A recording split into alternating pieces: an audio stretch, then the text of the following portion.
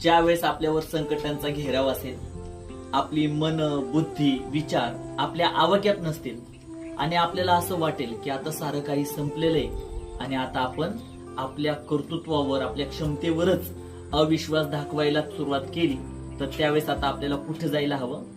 एखाद्या मंदिरात, एखाद्या गुरूंजवळ, एखाद्या मित्राजवळ.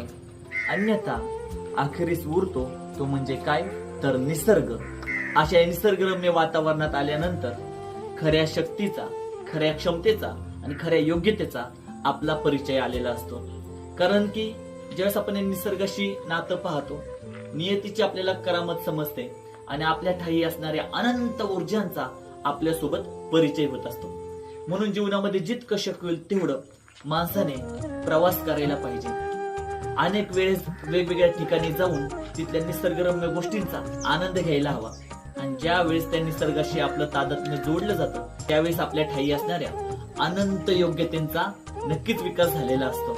म्हणून आपल्या सभोवताली असणाऱ्या निसर्गाला जसं छत्रपती शिवरायांनी आपलं शस्त्र केलं, अगदी त्याच प्रकारे आपण देखील आपल्या जीवनातल्या खऱ्या ऊर्जेला जागा करण्याकरिता अशा निसर्गरम्य वातावरणाचा आनंद घ्यायला हवा. रामकृष्ण.